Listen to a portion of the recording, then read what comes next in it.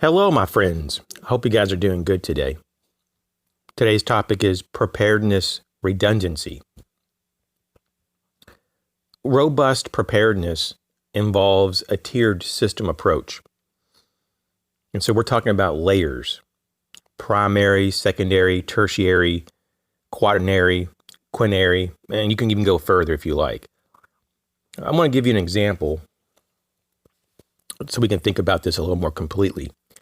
And that is, let's say we have a blackout or a grid down scenario, and you're faced with the need for light in your home. If you have a gas generator, you may be able to connect it to your power source on your house. And so you can use your lights and everything like normal. But there may be a situation that arises that you can't use the generator.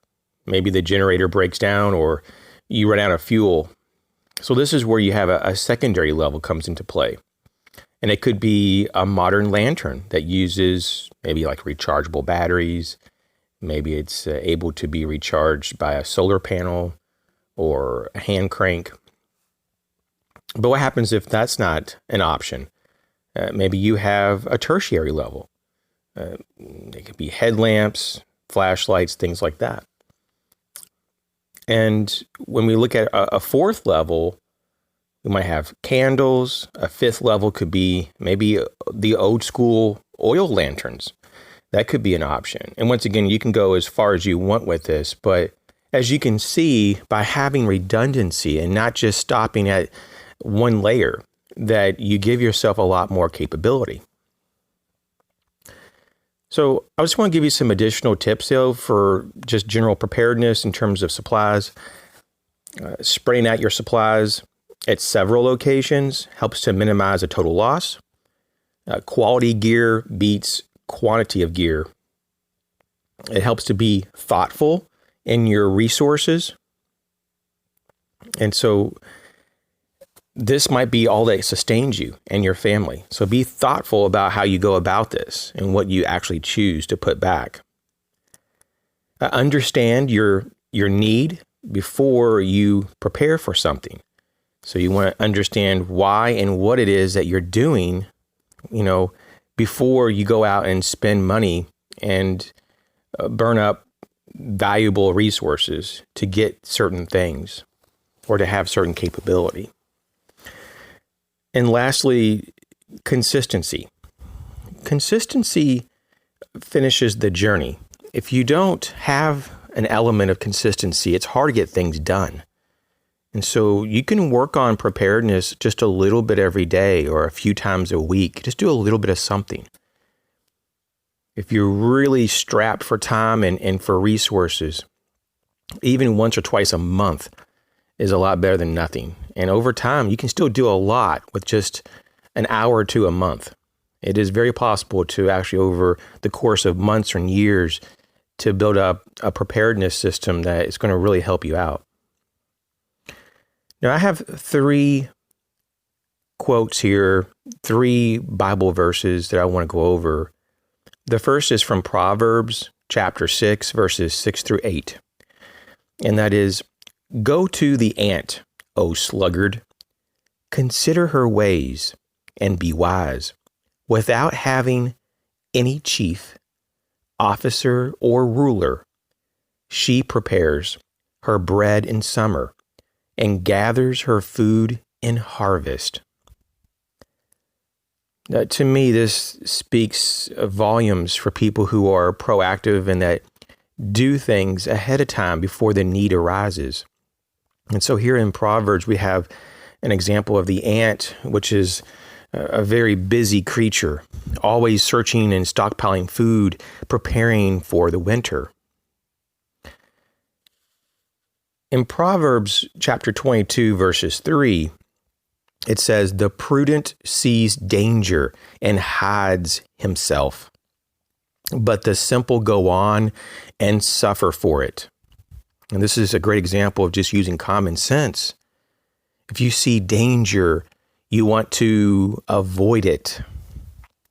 You want to reposition yourself. You may want to hide. You may want to leave an area. You may want to get ready for a fight, whatever it is. But the prudent sees the danger. And that's different, though, than people who don't have an expanded awareness. That it's different than those people who just walk around blindly with their heads down in their phones. And those people suffer because of their blindness. And lastly, I want to talk about Colossians 2:8. See to it that no one takes you captive by philosophy and empty deceit, according to human tradition, according to the elemental spirits of the world, and not according to Christ. Man, this is a great one. So see to it that no one takes you captive by philosophy, the way you think, your principles, your morality, and empty deceit. And we have now more than ever, people who spread lies, they give disinformation. We have to be on our guard always. And what I've been implementing in my own personal life is to reduce the amount of news that I consume on a daily basis. I'm completely reducing it down to maybe just a few minutes a day now.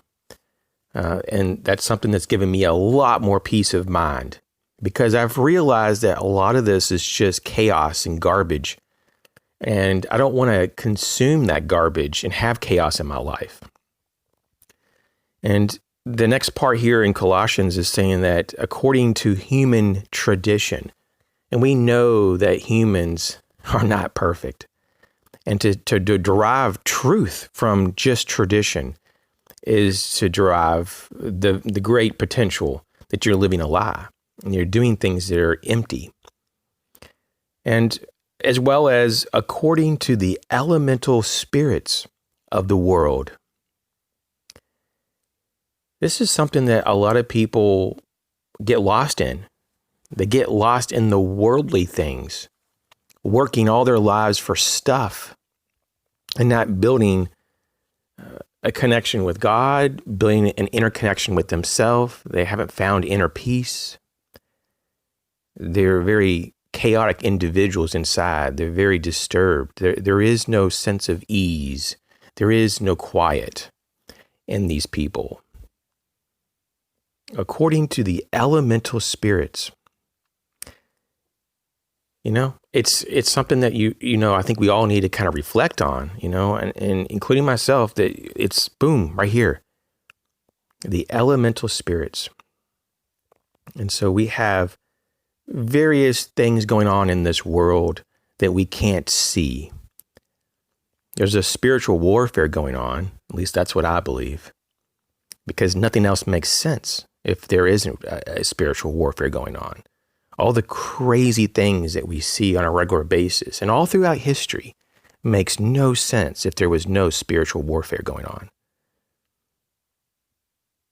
And when you start to see things, and of course here at the end of this particular Bible verse here in Colossians, it says, and not according to Christ. When it's not according to Christ, then you know for a fact it's a lie. It's a lie because it's not in truth. It's not in truth. And if you don't have truth, then what's the point? So the takeaway here is to look at things as they are. And within our preparedness systems, don't have a false sense of security that just because you have something, that's going to be enough. But to layer your systems, have robust integration of redundancy in your systems. So hopefully this helps you to kind of just start thinking a little deeper, maybe about preparedness. Thanks for checking the video out, and I'll catch you soon.